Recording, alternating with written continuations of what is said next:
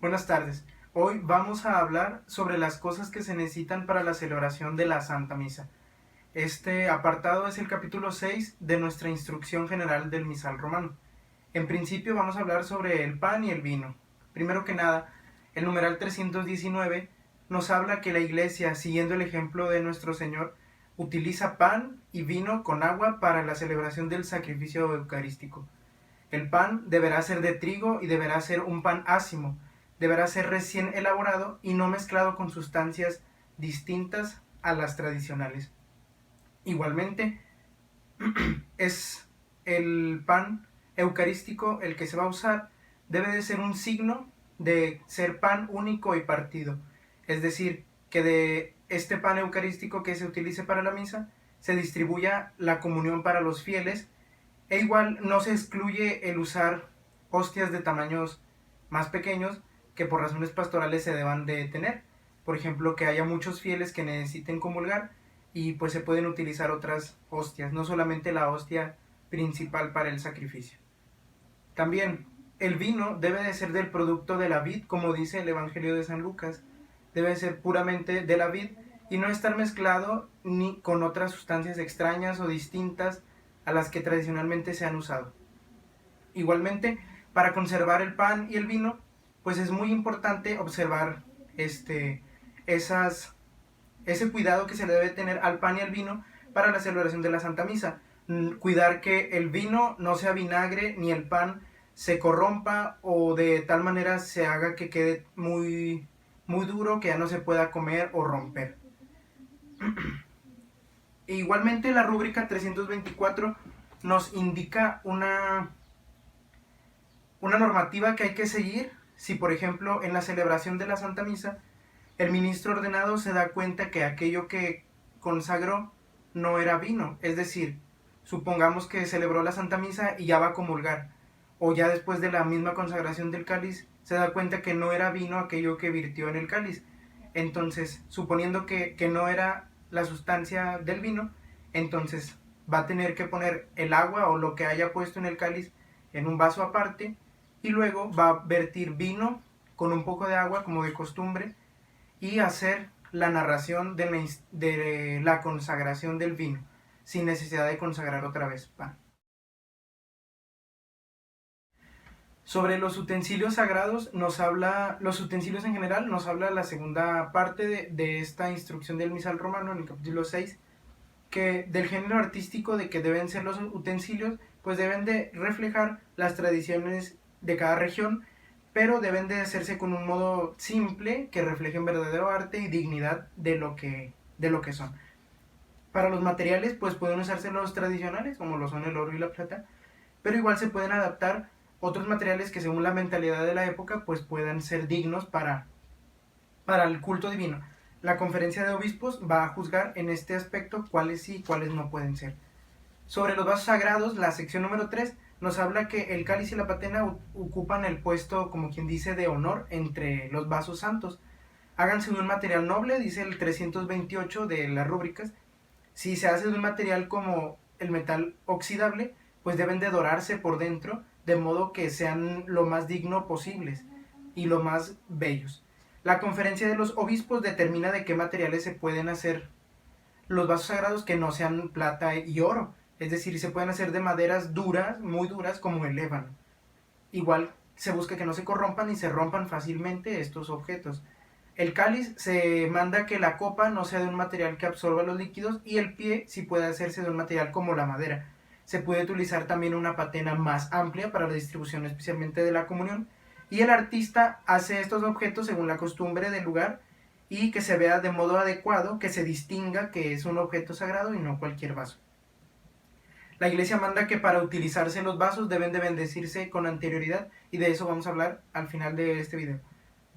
También se recomienda que haya en la sacristía lo que se llama sacrarium, que es un lugar donde se vierten las aguas de las purificaciones y de la ropa del lino. Sobre la ropa vamos a hablar sobre las vestiduras sagradas. para diferenciar a sus ministros ordenados y sagrados, la iglesia utiliza distintas vestiduras como lo son el alba, las casullas, las pluviales, etc. Para ello también se bendicen con anterioridad y también al final vamos a hablar de ello.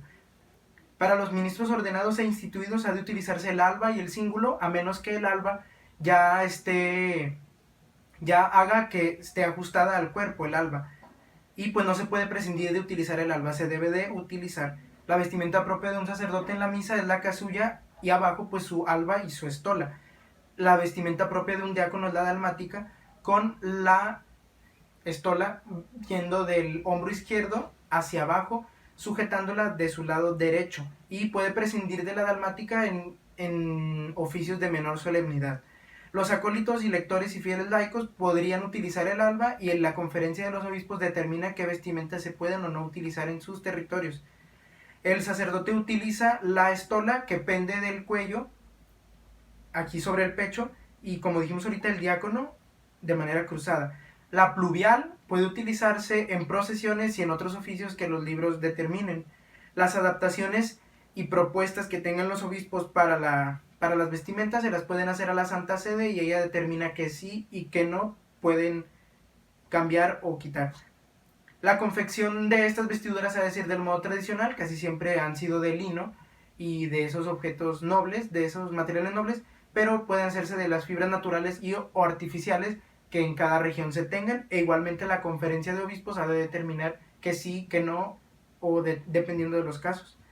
También debe de tener una belleza y una nobleza singular, que sean bien hechos y bien en forma, que tengan además símbolos que ayuden a la espiritualidad, e igualmente expresan el carácter de los misterios y el progreso de nuestra vida cristiana en el transcurso del año. Es decir, al ver las casullas, los objetos sagrados de los distintos colores, de distintas formas, pues nos vamos determinando nuestra espiritualidad cristiana también. Los colores que utiliza la iglesia son los tradicionales: el blanco, el rojo, el verde, el morado, el negro, el rosa. El blanco se utiliza en las fiestas del Señor, de la Virgen, de los santos que no son mártires y de los ángeles. El color rojo se utiliza en las fiestas del Señor que son de pasión, como por ejemplo la Santa Cruz, el Domingo de Ramos o de la Pasión del Señor, el Viernes Santo, la fiesta de los santos mártires, y en las fiestas natalicias de los apóstoles y los evangelistas. El color verde se utiliza en los oficios y en las misas del tiempo ordinario. El morado se utiliza en Adviento y Cuaresma, que son penitenciales, e igualmente en las misas de difuntos y en otras de diversas necesidades. El color negro puede usarse donde se acostumbre, en las misas de los difuntos. El color rosa se utiliza en el Domingo de Gaudete, tercero de Adviento, y Domingo de Letare, cuarto de la Cuaresma. E igualmente se pueden utilizar otros colores nobles, como el color dorado, que sustituye, como dicen, a todos los demás colores, exceptuando al morado y al negro. Y la rúbrica 347 nos habla sobre las misas rituales, que en ellas se utiliza el color propio, el blanco o festivo. En las misas de diversas necesidades se puede utilizar el morado, en las misas penitenciales, o el propio del tiempo o del día. En las misas votivas también dice las rúbricas qué color ha de ponerse, o también se puede utilizar el propio del día o del tiempo. También otros objetos, el quinto y último apartado de este sexto capítulo de la instrucción general, nos habla sobre otros objetos destinados al culto. Nos habla que deben de ser dignos y usados solamente para eso del culto. No pueden utilizarse para otra cosa que no sea su fin, que la iglesia les determinó.